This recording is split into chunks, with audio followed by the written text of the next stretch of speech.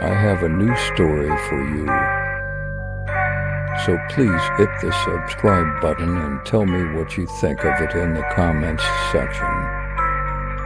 All story rights reserved to original authors. Join us now and let our stories come to life before appearing on my town's popular talk show. We told to keep our hands in our laps at all times. In our town, there are two types of jobs for graduating seniors, since college isn't an option. Physical, so laborers, those types of people.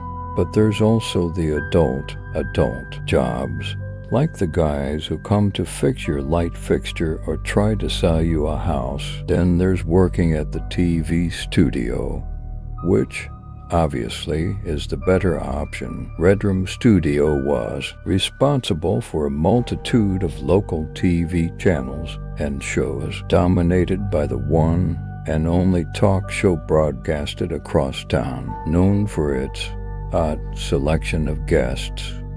On air every morning between 7 and 9, and then later at night for adults.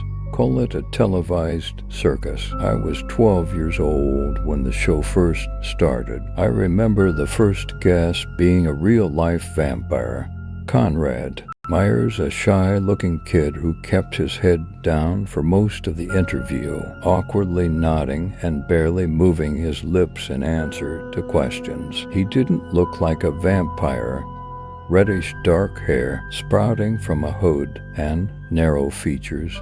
A lazy eye that couldn't seem to find the camera. I didn't believe he was a vampire until he drained a rabbit on camera, and I was sent to my room by my horrified parents. Conrad didn't want to do it. When he was asked to prove himself by the grinning host, he shook his head, but the audience insisted, booing him until a live rabbit was brought on stage. The crowd, egged on by the host, started to chant, "Eat the rabbit, eat the rabbit, eat the rabbit." Conrad had been forced to his feet, and I remember thinking the people were being far too rough with him, handling him with special gloves and bite-proof jackets. The camera zoomed on his face as the boy shrunk back, shaking his head rapidly. His eyes were, frightened. The host started to tease him, laughing that he couldn't be a real vampire if he didn't feed. That sent him to his knees, his frenzied eyes finding the camera. Please. He was begging the audience, and us at home. He was pleading with us to stop, but that just gave the audience incentive to throw things at him. Full cans of soda hitting him in the face and exploding on the stage. I think we all saw something snap inside Conrad. Mom turned to me, her expression twisting. I could tell she was itching to look back at the screen. Her gaze had been captured by the boy on camera, who stopped cowering under his hood. "Bellamy, go to your room." Mom's breathy voice barely registered in my mind. I watched Conrad seemingly lose all of his dignity, his humanity, right on camera. I had grown up reading about vampires. I knew of Dracula and Nosferatu, the fictional manifestations of the popular myth of a blood-sucking humanoid. This boy, however, was neither of those things. There were no glowing eyes or pale skin, no real vampire attributes except razor-sharp incisors he was trying to hide with the sleeve of his jacket. I watched him in awe, attempt to stumble off stage before the rabbit's throat was sliced right in front of him. Mom was already reaching for the TV remote when Conrad's expression went flat, his body suddenly relaxing, shoulders slumping. Our whole town watched this boy drop to his knees in startling clarity, empty eyes finding the camera, lips twisting into a maniacal grin before bending down, his body primed like an animal, fingernails curling, clawing at the rabbit's fur in a predatory grasp. Mom started to scream, but it was too late to grab the remote or cover my eyes. Conrad ravaged the animal on live television. Blood stemmed around him, pooling across the stage and dripping down his face and chin. His eyes didn't find the camera, or they did, but I was seeing an abyss, oblivion staring back. It is a myth that vampires' eyes glow red. In reality, they lose all color and their iris completely reduced to twin caverns carved into their face. A real-life vampire was on stage, and nobody was freaking out. He was snarling, crawling back on his knees with a severed head still stuck between his teeth. When guards approached him, hauling the boy to his feet, he didn't fight back when they slammed him to the ground. Instead, he buried his head in his arms. I could see his trembling body. They were torturing him, the audience laughing at his apparent panic attack. When he clutched at his throat, mouthing, "Stop, please, but you're a vampire," the host laughed, rolling her eyes. "Vampires don't get scared." Mom told me to go to my room. Then I was halfway out of the lounge, my heart catapulting into my throat, when I twisted around, mesmerized by the glimmer of red stretched across the stage like a brand new plush carpet. The host was standing in it, smears decorating her bare legs and the bottom of her heels as she clapped wildly, lips stretched into a grin. "There you have it," she said into her mic. "We have a real-life vampire." That is when I made the conscious decision that out of the options I had after graduation, I would never choose the studio. The guests over the years got more and more freakish, and I started to wonder where they were coming from. Conrad was definitely a vampire, modeled into a celebrity-like status across town. The following year, Zach, the zombie boy, and Sonny, the cheerleader who couldn't die. All of these kids became regulars, performing every week like real circus freaks. And every time I found myself watching this stupid show, I started to realize that my town was under its manic trance. And that included me. I would never fall under its spell. That is what I told myself. No matter what happened, I would never give myself to this studio. But then Mom died. Dad left me halfway through my junior year for a 25-year-old, leaving me with pretty much nothing. So what did I do? I sold myself to Redrum, or more appropriately, I applied for a job working behind the scenes. I wasn't surprised when I got an interview. These guys looked for recent graduates, fresh faces. What did surprise me, however, was the test I had to take after my initial interview. The man who conducted my interview was nice enough. He told me I was a potential candidate and would be put through a test. I found myself in a small classroom-like setting. The desk at the back had my name in neat letters printed on a sticker, and I took my seat. There were 4 other candidates, with all of them being recent graduates. A smartly dressed woman entered the room, handed out test papers, and then left. A voice over the intercom told us that we had 20 minutes to complete the test. The questions started off normal enough. I was asked to write my name, Bellamy Winslow, age 18, Q1. In your own words, please. Write in detail why you want to pursue a career at Redrum Studios.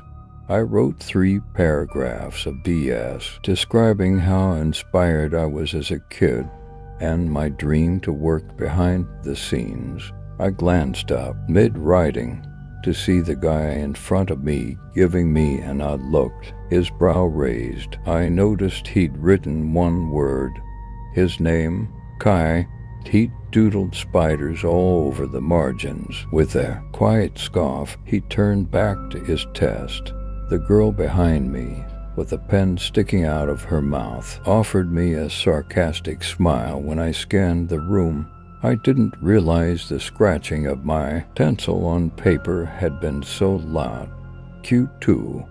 Can you name 3 of our most popular guests? The tapping of another guy's pen was slowly starting to drive me mad. I wrote down Conrad the vampire, Zach the zombie boy, and Jessa the girl made of stone. All of them were memorable from the audience's reaction, even after Mom grounded me from watching it. I had still watched zombie boy slurp up human intestines on stage. The intestines were from a dead person, was what we were told. But my stomach still danced, watching this dead boy forking them up like noodles. The memory made me feel nauseous, and I shifted in my chair, my mouth watering. I avoided pasta for years after watching his vacant eyes peering through the camera, stiff jaw struggling to chew, scarlet and spew spilling down his chin like congealed spaghetti sauce. Q3. On a scale from 1 to 10, what is your pain tolerance? That was a question I was not expecting. I had to think about it. Chewing on my pencil, I scribbled down 5. I could deal with pain if it meant spilling scalding coffee all over myself in a rush or dealing with violent guests. The guy in front of me was still scribbling spiders when I lifted my head. Q4. What would you give to work for us? $2 and a McDonald's voucher or a double cheeseburger. I joked before scribbling it out and writing, I will give my all to be the best I can be and to strive even further. Q5. Do you have any medical conditions? Nope. I scribbled out the no option. Q6. Are you sure you do not have any medical conditions? Yes. Questions 7 to 10 were brow-raising, demanding my sleep schedule, and if I was taking any drugs prescribed and not prescribed, but it was question 8 that set my mind plunging. Q8. How susceptible are you to outside influences? Suddenly, it was like the world had stopped. Movement in front of me, a guy's head dropping into the desk. They were like dominoes, crashing down one by one. There was no panic, no crying out. Pencils slid from fingers that had gone limp, bodies following suit. Something was screaming at me to get up, to lurch up from my chair, but I couldn't move. My eyes were glued to the question, am I susceptible to outside influence? The words and letters had a meaning, color, a taste. As the question itself contorted on the paper like it was alive, the words tasted like apples. Candy apples, the room filled with the aroma, and all I could think about then was candy apples. Red candied ones that I had to bite into. I opened my mouth, feeling along my upper incisors with my free hand. I was partially aware of my own pencil dropping to the ground and rolling under my desk. I could feel something wet and warm, drool, sliding from my mouth and pooling down my chin. There were more questions appearing, beyond 10, but I couldn't read them. They were too fast for my brain, my hand already moving to scribble down answers, the sound grazing my foggy mind. There was a clock on the wall. I found myself staring at it, slack-jawed. Something was dripping on the desk, seeping across the top of my paper. 1:15 midnight. I blinked, shaking my head of fog. Then again. But I walked into the test at 7:30. I was so tired, my eyes heavy and drooping. I dropped my pencil, which was suddenly back between my fingers. Thank you for completing the test. Jerking my head up, I swiped drool from my lips and chin. The smartly dressed woman was standing in front of us. She nodded at us. "You may leave." I was on my feet and heading toward the door before her words could register in my mind. When cold air slammed into me once I was outside, I managed to regain my thoughts. I pulled out my phone. 2 a.m. Exactly. The others seemed to be in a daze around me. Did anyone else blank out during the test? One of the guys spoke out loud, but we were already scattering. His words were still stale in my mind when I was walking home. I was 3 blocks away from my house, and yet somehow I felt far away, like I was walking on air. Something rushed past me, a cloud of exhaust fumes flying in my face, and I stumbled back, reality starting to blossom into fruition. I was half awake, dried drool on my chin, and my body aching. My steps weren't steady, clumsy and topsy-turvy, like I had just jumped off of a carnival ride. Looking around, I was sure I wasn't far from home, but every step seemed to slow down, like the world was grinding to a halt. Another look at my phone, but it wasn't in my hand. I was just staring at thin air. But where was my phone? My hand looked weird. Too many fingers, and then too little. I wiggled my index, peering closer, then my pinky. It looked funky, like part of it was missing. I could taste something in my mouth suddenly, a tangy and metallic tinge at the back of my throat and coating my teeth, blinding light in my eyes. But I was still standing frozen, gingerly running my tongue over my bloody lips. In short flashes, I felt arms wrapping around me. But I didn't move. I didn't know how. My whole body was paralyzed because I had been mindlessly chewing on my own severed pinky. I blinked again, and I was sitting cross-legged on ice-cold metal flooring, being violently thrown around the back of a van. It's weird, like I could control time, jumping forwards with a blink, except every time I jumped forward, reality became harder to make out. Time twisted around me, dragging me through seconds, minutes, hours, days, weeks, months. There was a specific room that was mine, but I don't remember speaking or having coherent thought inside this room. I remember there was a simple bed, a desk, and a mirror. I broke the mirror twice. I didn't sleep, couldn't fucking fall asleep, could never fall asleep.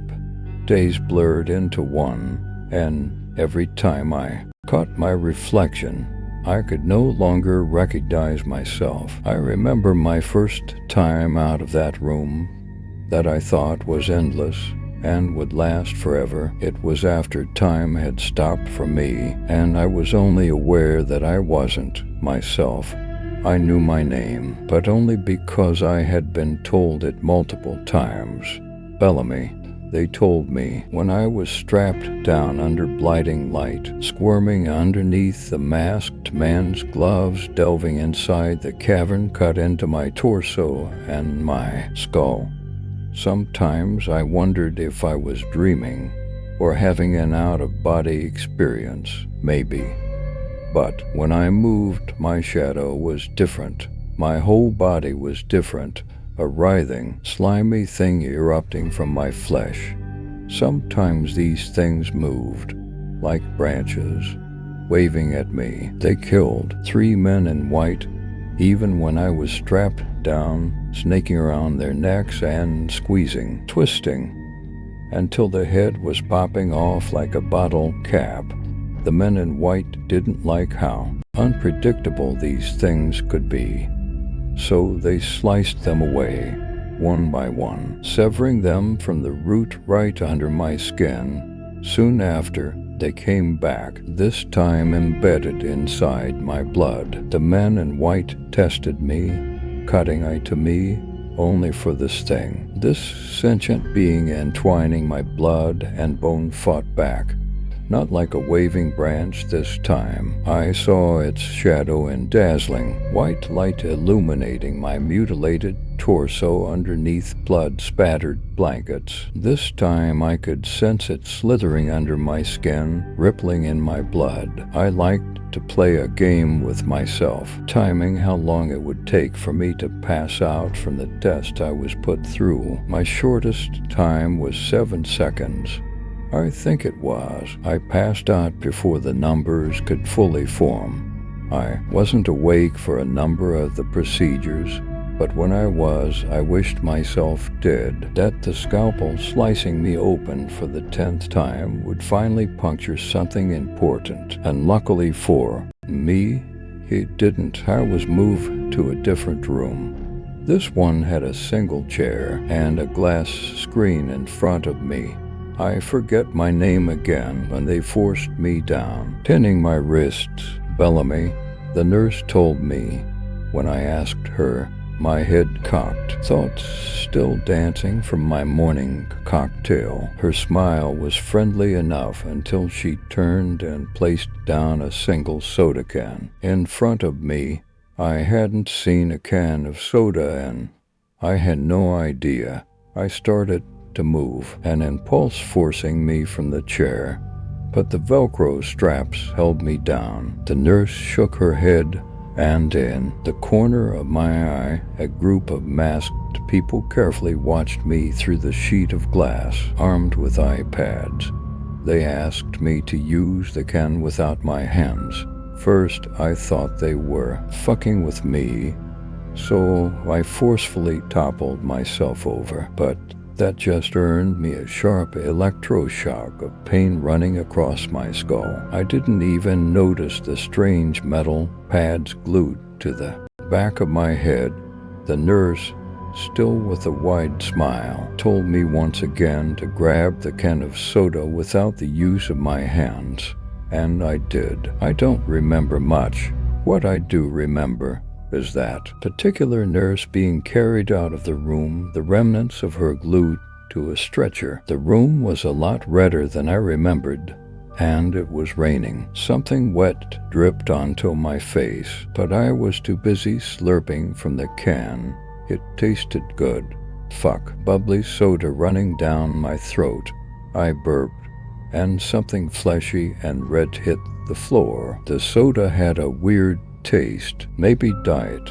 Not long after that, I was meeting others like me. The nurse told me to be nice. Apparently, I was the only one who did not suffer neurological trauma. I met the others over. McDonald's served to us in a lounge area complete with a cafeteria. I was chewing on a burger when they each took their seats. I recognized all of them, the candidates from the test.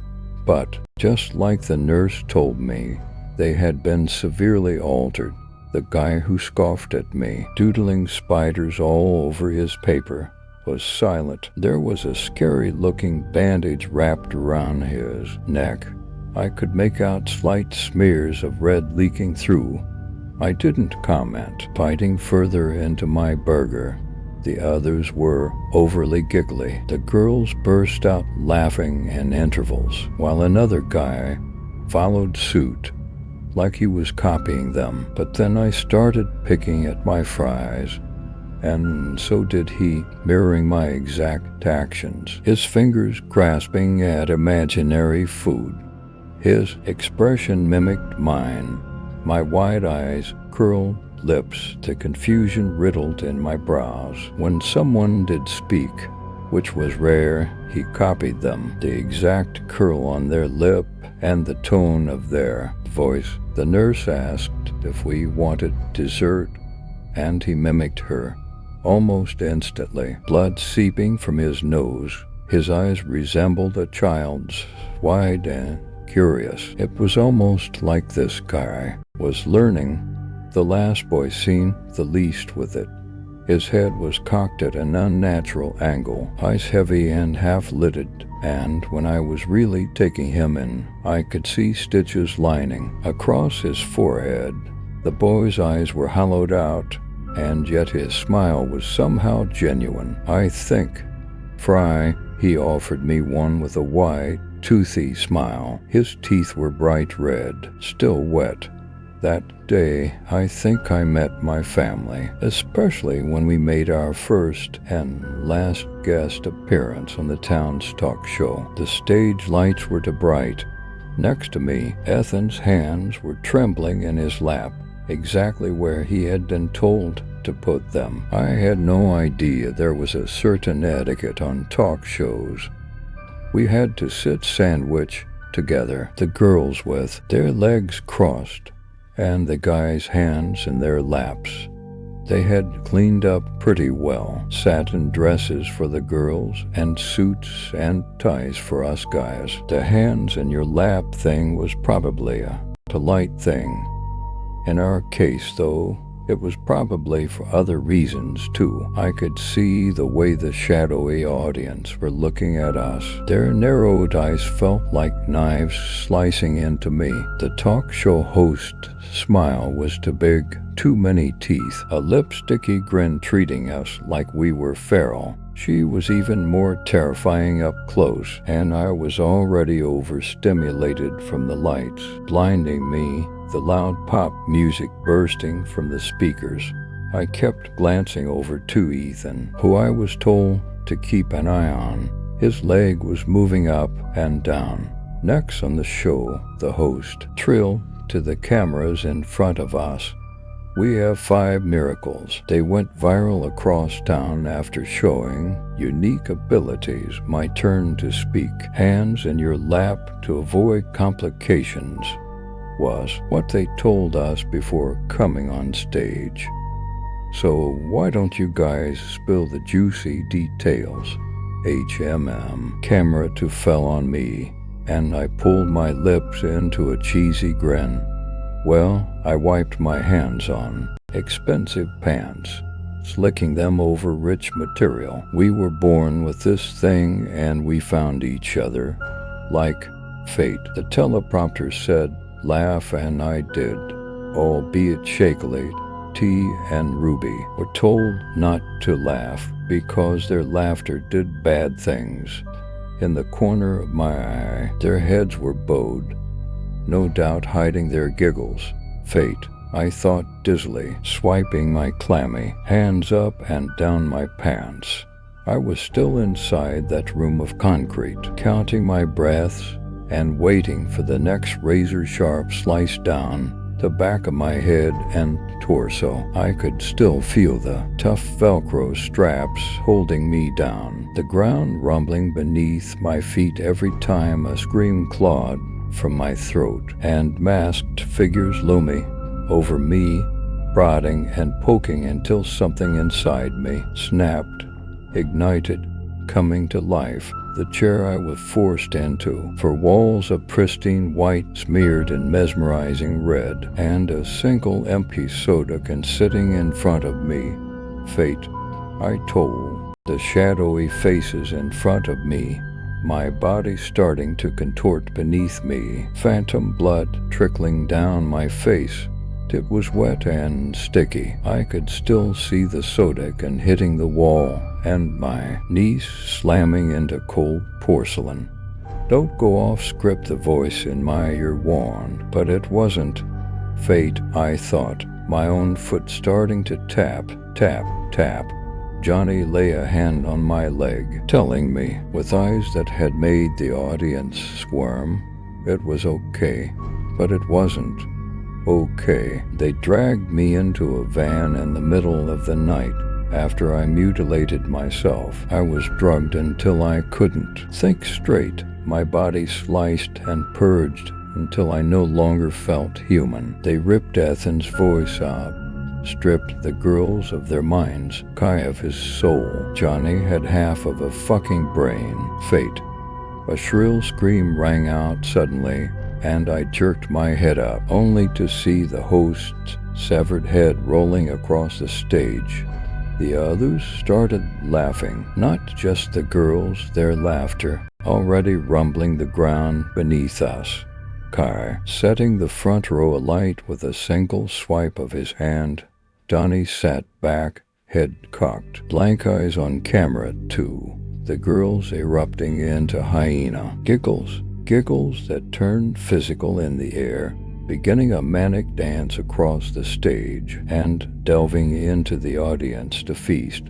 I watch Ethan jump up, his shadow looming over me, both arms flinging out and tearing off heads, filleting the panicked horde rushing to get out. Geysers of sharp red splattering plush seats. The vivid glow of fire tearing through the screaming horde finally woke me up.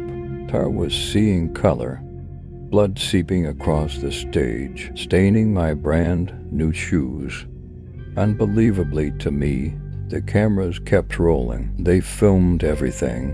I knew I would join them soon enough, massacring the people who turned me. But first, I was just going to sit with my hands in my lap, just like they told me. Presently, we're far away from that nightmare town. I'm currently inside a sort of institute for young monsters. They picked us up when we managed to escape what was supposed to be a televised execution. Every day I learn a new thing about what exactly they tried and I guess succeeded in turning me into. I have therapy sessions every week, sometimes with a real-life mermaid or merpeople. There are more than one where we learn what we are. Thank you for reading. I know it was a lot, but I am encouraged to write down my experiences. It's a form of therapy.